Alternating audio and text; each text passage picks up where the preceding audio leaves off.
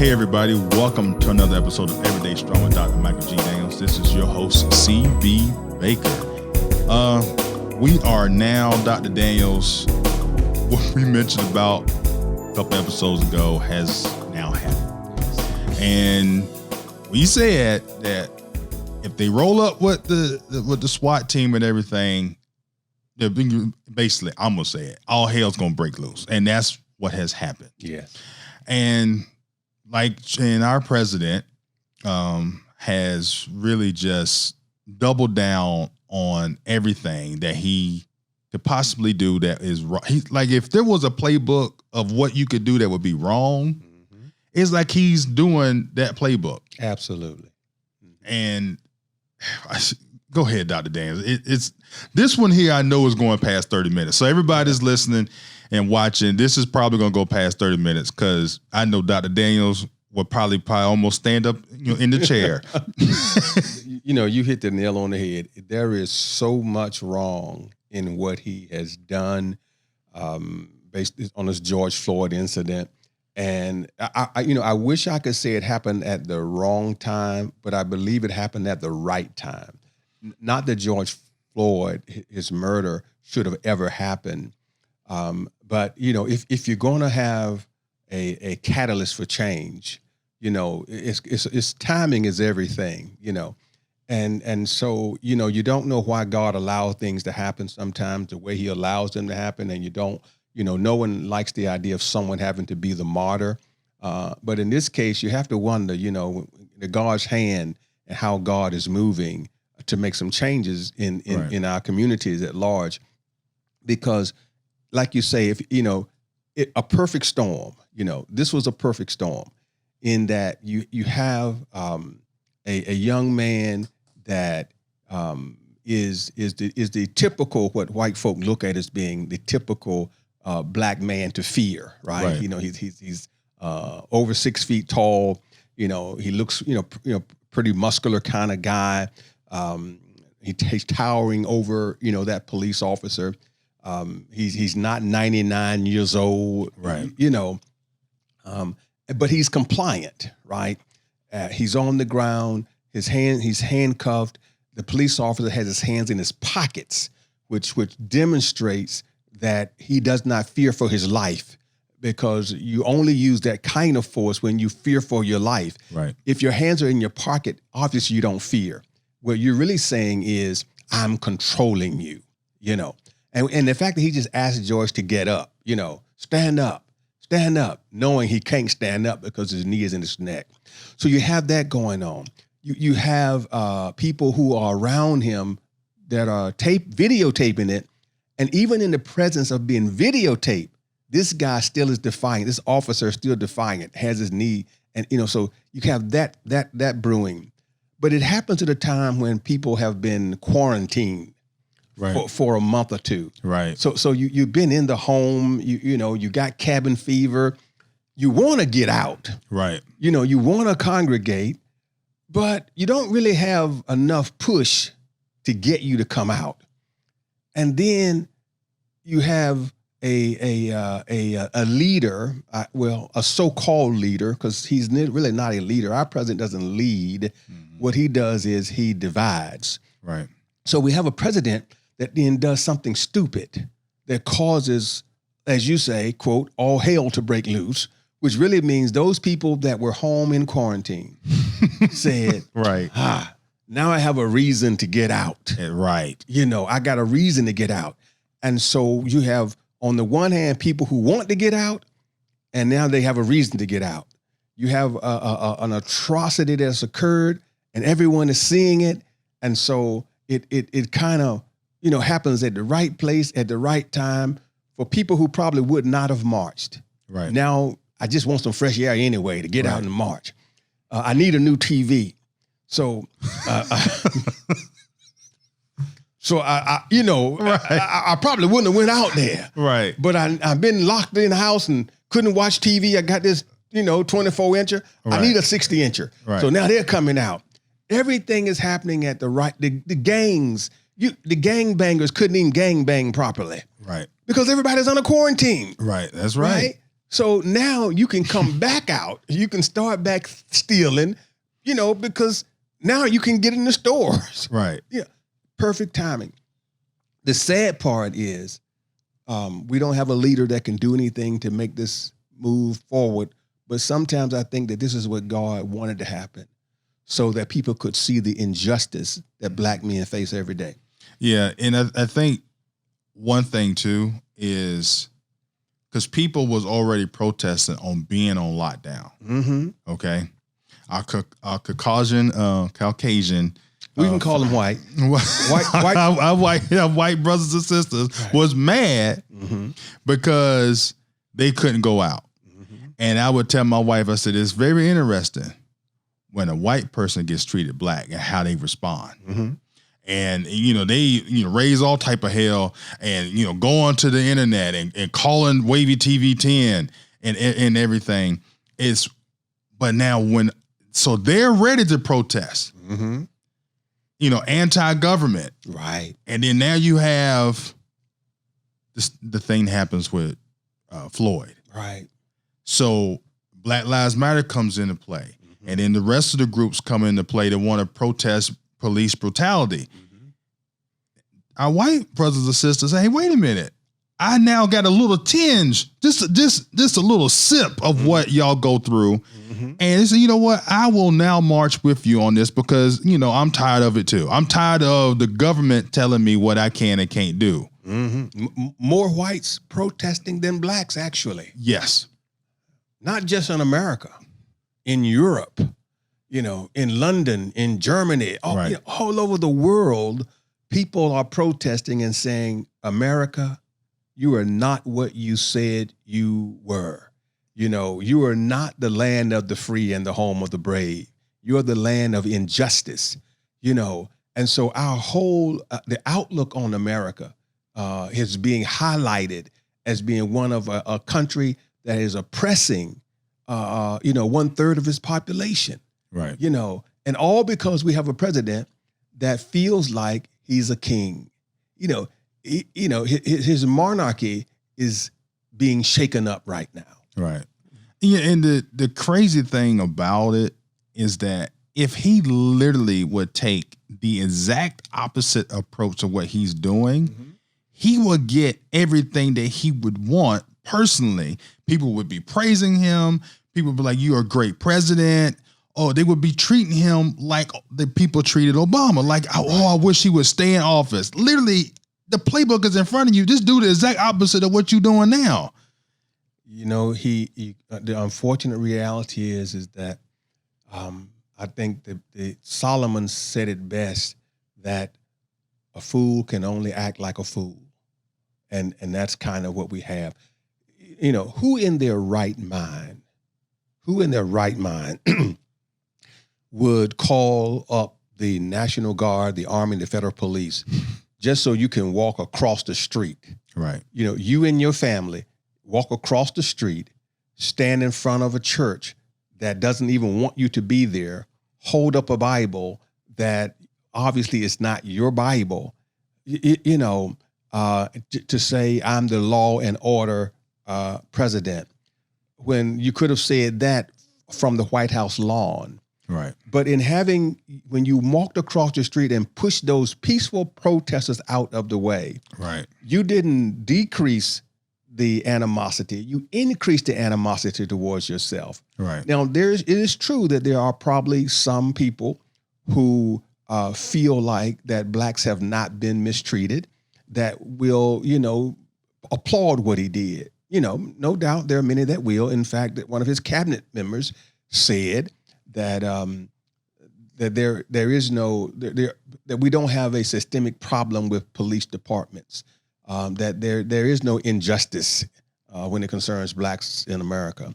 But just because you don't accept there is a problem doesn't mean there is not a problem. Think about this. You have, as you talked about, white people protesting because they wanted to be able to go out to the grocery stores and so forth and so on. Right. These people had shotguns, they had machine guns, they had pistols, and they took over a Capitol. Yep, they did. They took over the Capitol. They took it over. Right. Not one police fired a bullet. Not one police threw a tear gas. Not one police did anything. Right. No one even asked them to leave. What do you think would have happened if black folk got armed to the teeth and tried to take over a state capitol? You know, I don't even want, it would be like Tulsa, the situation that happened in Tulsa, Oklahoma. You know, it would be all out war, and it would be one of the saddest days in in recent memory for America, because that's exactly what it would be: death and carnage, right. everywhere, and then it would basically cause a real. I ain't gonna go as far as a civil war, but it really would. They make things much worse than what they are now. There's no way that America would have let black people do what they let those white people do. No. White privilege is real, and it is time for white people to stop acting like white privilege is not real. Right. It is real, and it's just it's so sickening to me. You know, just like the president said, he's going to declare Antifa to be a domestic terrorist group. And just, so everyone understands who Antifa is, because they may not know.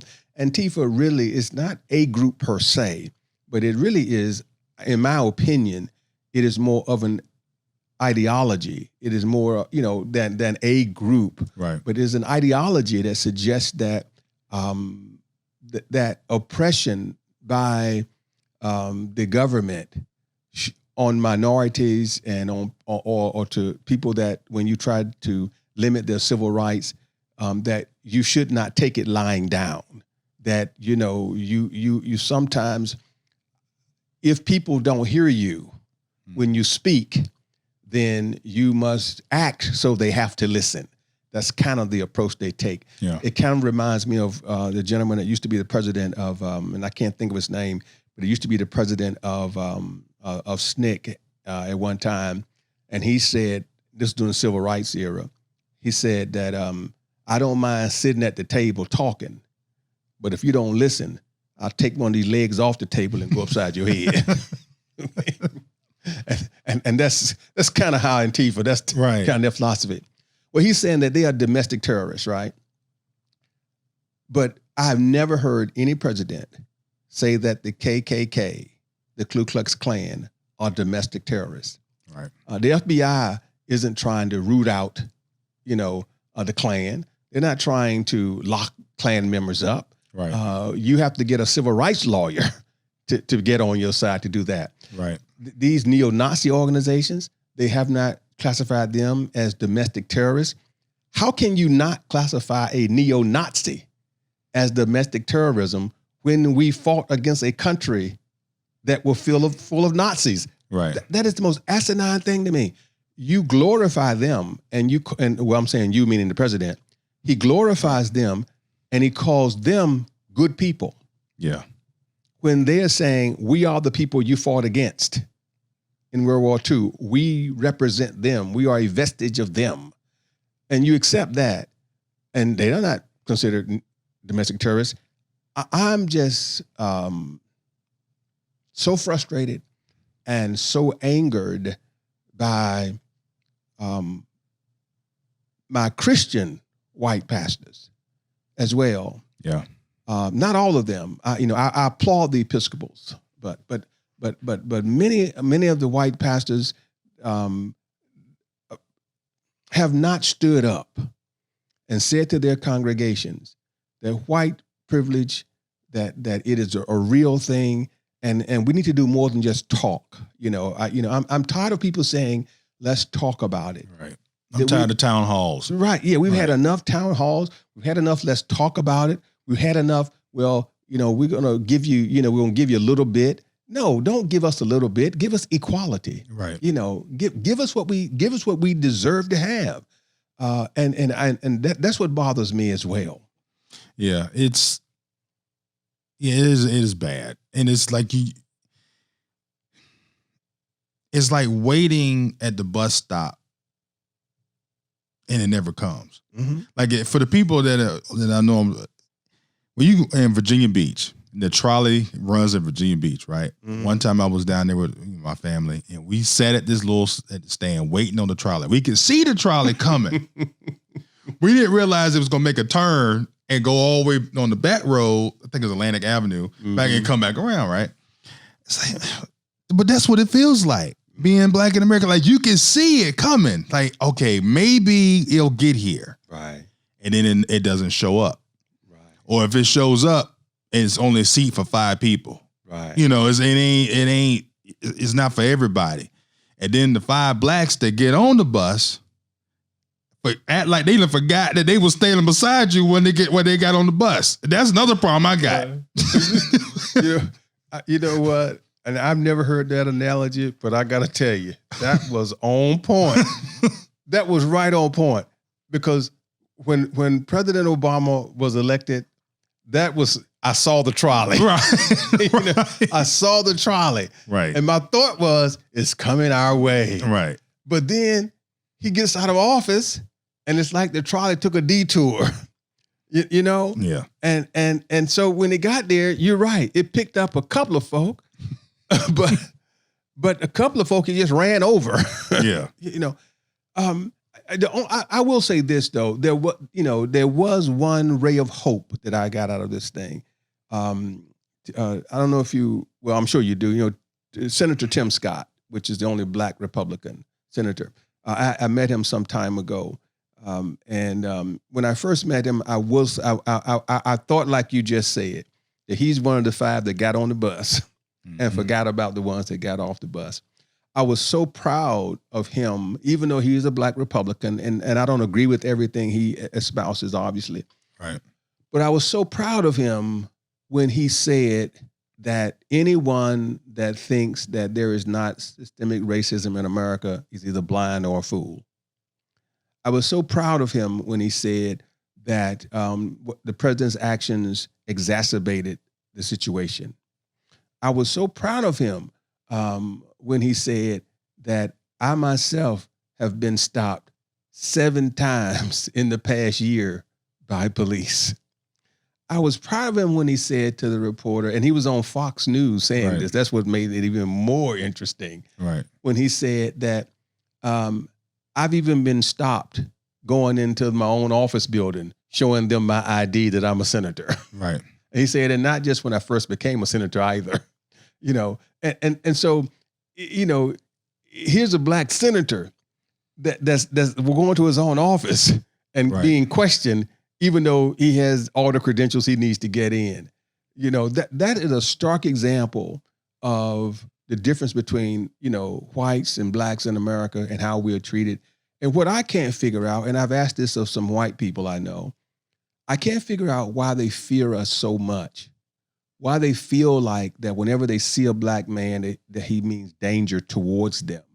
I can't figure that out. I don't understand why are we feared so much that you feel like whenever you approach us, you have to kill us. Some of it, I think, is you fear what you don't understand. And I think they don't understand Black people. They don't even understand Black culture.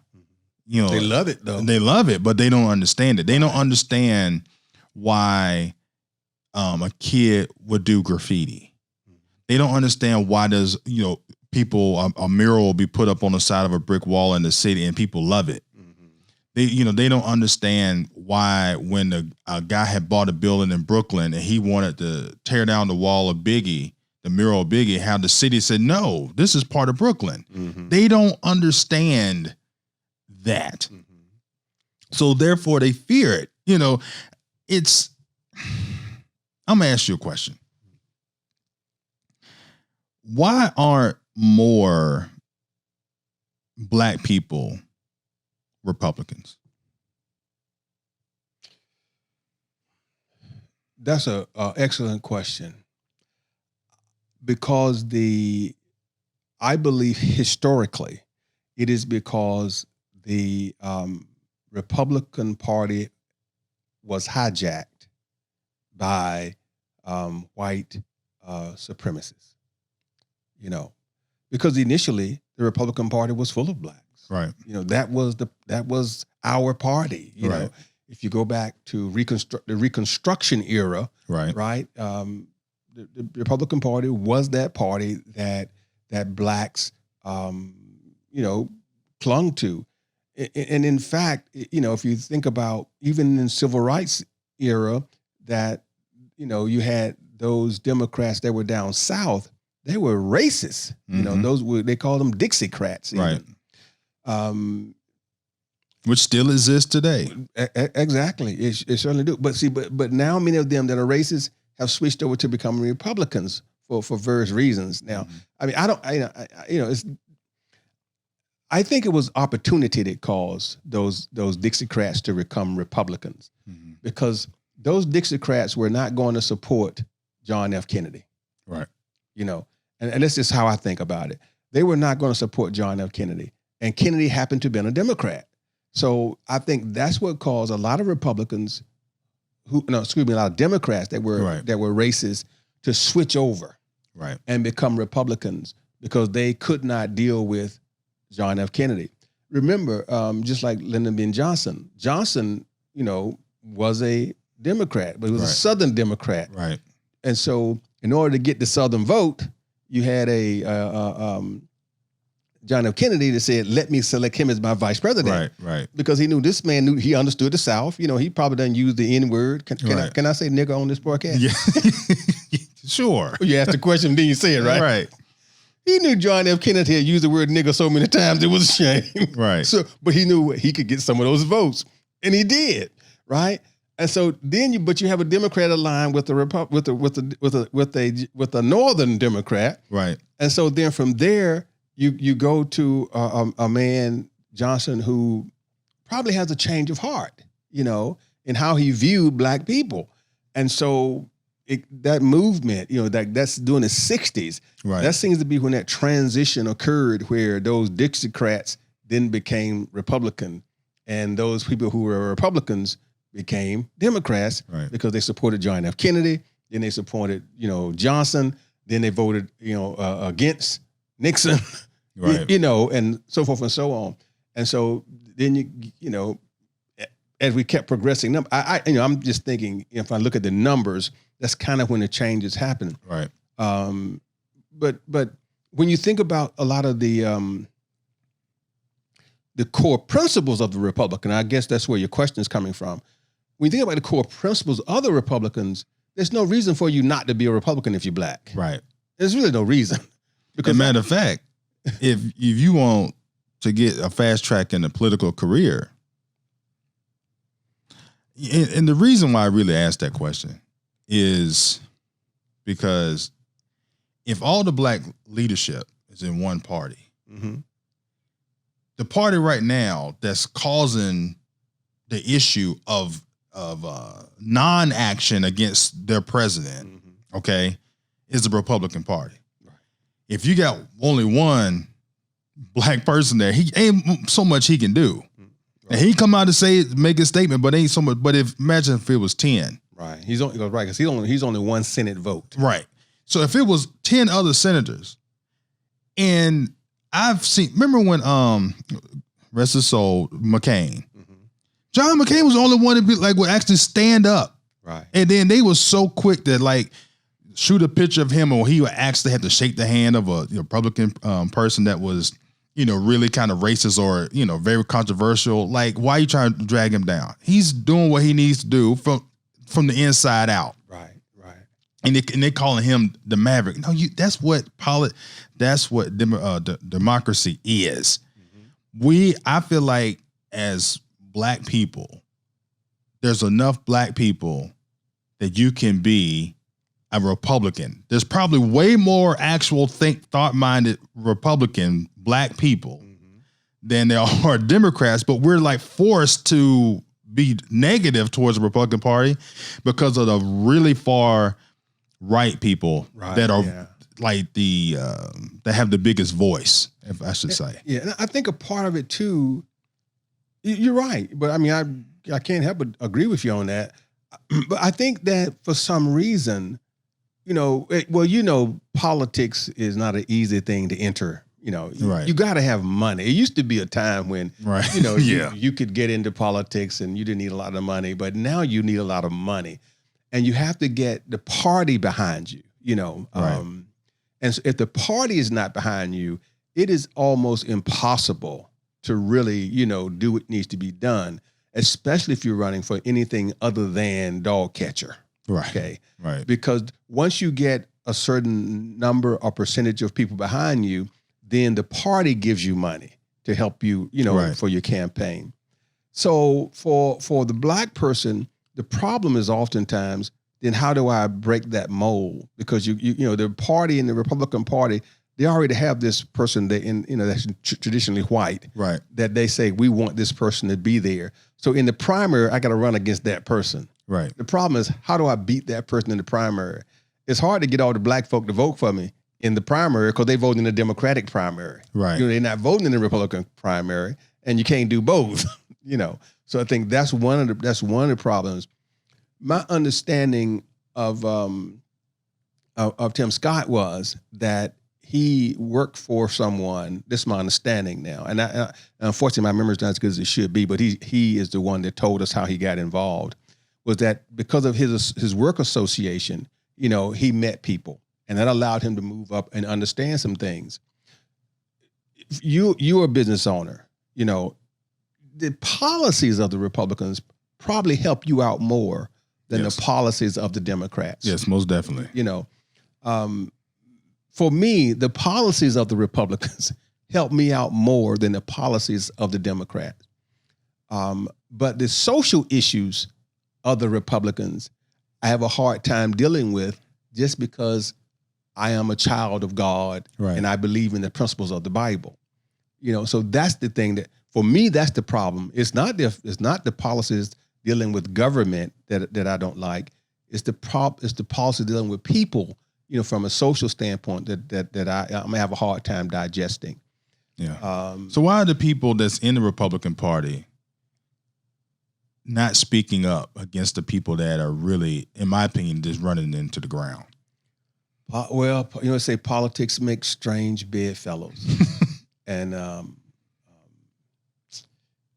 if both of y'all in the same bed and got dirty sheets, Yeah. it's hard to get out the bed. Because if you think about the Republican Party, the way it is, Donald Trump is not doing what the Republican Party now says its focus has been for the last 10 years. Republican Party's focus has been on being conservative in spending, and also states' rights. Mm-hmm. Okay, that's been their thing. States' rights. And the homeboy's doing the exact opposite. Right, he's doing the exact opposite. He's not conservative in spending. The deficit is skyrocketing. Right. The Republican Party was vehemently opposed to raising the debt ceiling.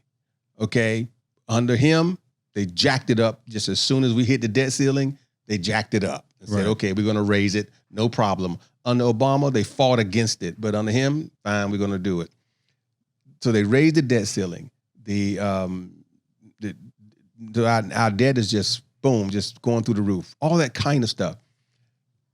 Here's a president that says, if you all don't open up your states, I'm Right. going to force you to open up. Right. That goes against the Republicans' basic principle of states' rights. Right. So he's doing the opposite, but yet they're still letting him do it because they want to get reelected. Bottom line. Yeah, which is it. In the ultimate, it's sad. It is. I mean, it truly is sad that people are really just looking out for themselves, and somewhat I feel like the Republican Party is just trying to ride out these 4 years. Just like, okay, it's November be here, and then he'll be gone. But the thing that bothers me is that there wasn't even a primary for the Republican Party. Like, they ain't put nobody up against him. And I'm like, if I'm a Republican, you got to put somebody else up here because he's not acting Republican. Right. Yeah. he's acting like, really a super Democrat. We're giving all this money, and this for another podcast episode, people that said, banks that are now sitting at home, collecting $900 a week, got a stimulus check, and will not fill out the application and go try to get another job. Everywhere I go, everybody hiring. I know. Right. That's the irony of it, right? Everybody hiring. People hiring. But let's see that every week, USA Today say another 2 million people filed for unemployment. I'm like, well, it's because the government's giving money out. That sounds like a Democratic thing to me. Like, I can hear Mr. Louis Farrakhan right now in my right ear telling me, this is what I'm trying to tell y'all. They try to keep you in line by giving you stuff. Right. And but he don't get heard because he's extreme. But it's just really interesting how that nobody from the Republican Party is like, hey, like waving the flag, like something is wrong with this. Yeah, the only person that I've heard, Mitch McConnell, the Republican senator, did say that the only way that they would get another stimulus package that extended unemployment benefits of that magnitude was over his dead body. So he is the only one that I've heard that come out and said, no way it's going to happen. But as you know, like you said, the Democrats are pushing it, and so was the president pushing it. And that's the irony of it is that he was lockstep in with Pelosi on that issue. Right. On the Nancy Pelosi in the House. But you're right. See, here's how I see Donald Trump. Donald Trump wants to be king. That's really what he wants to be. Yeah. So he makes decisions as if he's the king, not as if he's the president of a democracy. Right. If you listen to him talk, like for example, when Twitter just said that some of his statements were inaccurate, and so they put a link to take you to the accurate statements. When he said, when they loot, shoot. Right. And Twitter said, well, that's promoting violence, and so we don't like that. And his thing was that he was going to shut Twitter down. That's what you do not in a democratic environment, but that's what you do if you're in the, over in, China or Russia or somewhere. That's what you do when you're a dictator. So to me, that's what he wants. His actions and his talk is like when there's a riot going on in front of your house, right? I should say riot, it was a protest because there was no rioting going on. If you have a peaceful protest going on in front of your house and you decide you're going to call in, your thugs, right? He called them. I mean, certainly they may have been authorized. They may have been federal police, but they were acting like thugs themselves when they just trampled over these citizens. Right. You trample over citizens. That's thuggish to me. And so it's just so you can show them that you have the right to walk across the street. So I mean, what was the reason that he had his daughter with him? Yeah, her husband, his wife. Right. Why? What was the reason for having them with you to walk across the street to hold a Bible up in your hand? Right. That's just, I want to show you I have power. Right. That's the same thing that police officer did when he put his knee on George Floyd's neck. I just want to show you that I have the power. Right. And then looked at everybody like, I am in charge of this. Yes. Mm-hmm. And that's the whole thing. When I think about all the bullies I have known all of my life, and I think about how they act and respond, if you take all of those bullies' personalities and put them into one individual, that resembles Donald Trump's behavior. Is that if you're with him, he'll say that's a good guy. If you oppose him in anything, his first thing is to lash out and to try to make you feel small. Mm-hmm. There is no, well, let's talk about this. Let's see, this kind of thing. Here's a man that says he's smarter than everybody in the room. That's what he says, right? Yeah. I'm smarter than everybody in the room. He always talks about how much he knows, but then he says, Well, I didn't know where the term "if you loot, when you loot, we're going to shoot" come from. If you're so smart, Right. then why didn't you know where that came from? You know, so either you're the dumbest person in the room or you are the lionest person in the room. It's got to be one of the two. Because if you were the smartest person in the room, you would know enough about history to know what that conjures up in the minds of people who are minorities. Right. And now let's talk about that for a little bit. We are falling for the trap, Black people. Mm-hmm. The ones that are looting are falling in the trap of what they're setting for you. Mm-hmm. Because why are you going in the store, tearing up the store? Why are you going in there stealing stuff? Okay, I get you're angry about the police. Right. Now, when I see you tearing up a police car, sure, and you at the police station tearing up this stuff, I can wrap my head around that. Right. But why are you in Target tearing up the cash register? Well, it's funny. I mean, I shouldn't say it's funny, but it is funny to me. I get your point. But I get my people too. Okay. So, this isn't my first rodeo with riots. I remember the riots of the 60s. Okay. And I remember, when they, Sears at that time was a major store at that time. And it was called Sears and Roebuck, actually. And when the riot started, one of our neighbors that lived up the street from us, they came home with a brand new TV. Now, we didn't have a TV. Right. We listened to the radio back then. So my brothers told my father, Dad, why don't you go down there and get us a TV? And my dad said, I'm not going to lose my job, right? Because my father, he worked for the city. So I get people who feel like they have been disenfranchised. I get people who feel like they have been taken advantage of, saying this is our moment. Now, is it right? No. But here's what, and I'm sure you know this as well. Martin Luther King, and I'm paraphrasing what Martin Luther King said. He said, when people are wronged, first they will talk to you about it. If you don't listen to them when they talk, they will shout about it. If you don't listen to them when they shout, they will scream. If you don't listen to them when they scream, then they will take the next step so you will hear. And that step may be, I'm going to break out your window. Right. If you don't listen to them when they break out your window, they will set the whole building on fire in the hopes that something will get your attention. White America didn't listen to us when we talked about it. Right. They didn't listen to us when we screamed about it, when we yelled about it, when we threw a brick through the window. So now you're getting the next step. That's the same progression that happened in the 60s. This is the exact same thing. It follows that kind of, that thing. Right. So is it right? No, I'm not saying it's right. But here's what I will say.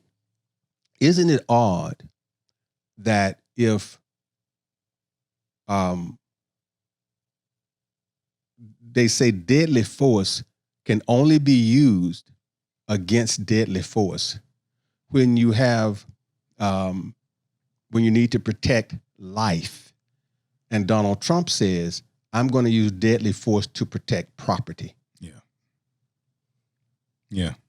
Now, something's wrong with that. Right. That defies our own legal system for the man who is supposed to be the chief of all that stuff. Right. Right. You have Barr, who is supposed to be the senior law enforcement officer in the United States of America. You would think he would have told the president, you know what? That goes against our own constitutional beliefs. Yep. You don't use deadly force to protect property. But I didn't hear Bill Barr say one thing, that, wait a minute, that's really out of bounds. Right. We have the case of the emperor who has no clothes, and nobody will say to him, hey, Donald, you're naked. Yeah. Yeah. Well, That was a long one. So did you get everything off your chest? I think I got almost everything off my chest, but we ain't got enough time for me to fully decompress about this thing. But I mean, every point you made is really, truly, every point you made is right on point. It's right there. I think just for me, because I've lived 60s, I've lived 70s, and that. So I went through that point in time. I remember the Watts riots. I remember in Florida when that comment was made. Right. I remember what happened with Rodney King. Vividly. All that situation. It's at some point it just turns your stomach. When the response to Black people. I remember I was a Black Panther. I was young, but I was in the Black Panther movement. I remember how they decimated the Black Panthers. Mm-hmm. How they just used a tank to knock down the front door. Through just shot the place up with no regard to whether or not they were children, women, or whatever in the building. Right. And there was no sense of mourning. There was no sense of injustice. Think about this, for example. The FBI under Herbert Hoover, right, was worried about Martin Luther King. Right. Isn't that a kick in the head? Yeah. The FBI was worried about Martin Luther King, but the FBI is not worried about David Duke. Right. They're not worried about the white nationalists. They're not trying. Black folk getting lynched. They get a Black man in Texas, and they put a rope around him, tie him to the back of a truck, drag him down the street till his head pops off. Right. Jasper, Texas. Yeah, it's like and they wonder why people are enraged. This young woman that was the EMT that we talked about last time, right? Right. You kill her. And there's no somebody getting fired. There's no was somebody, it appears that no one even looked to see what went wrong because somebody did something wrong.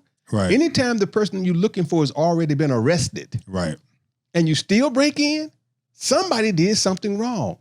And so, what happened to the person that didn't notify somebody? What happened in that miscommunication? But I did find out that they was at the wrong address on top of all that. Right, yeah, that's the thing. So, but did anybody get any repercussion? Right.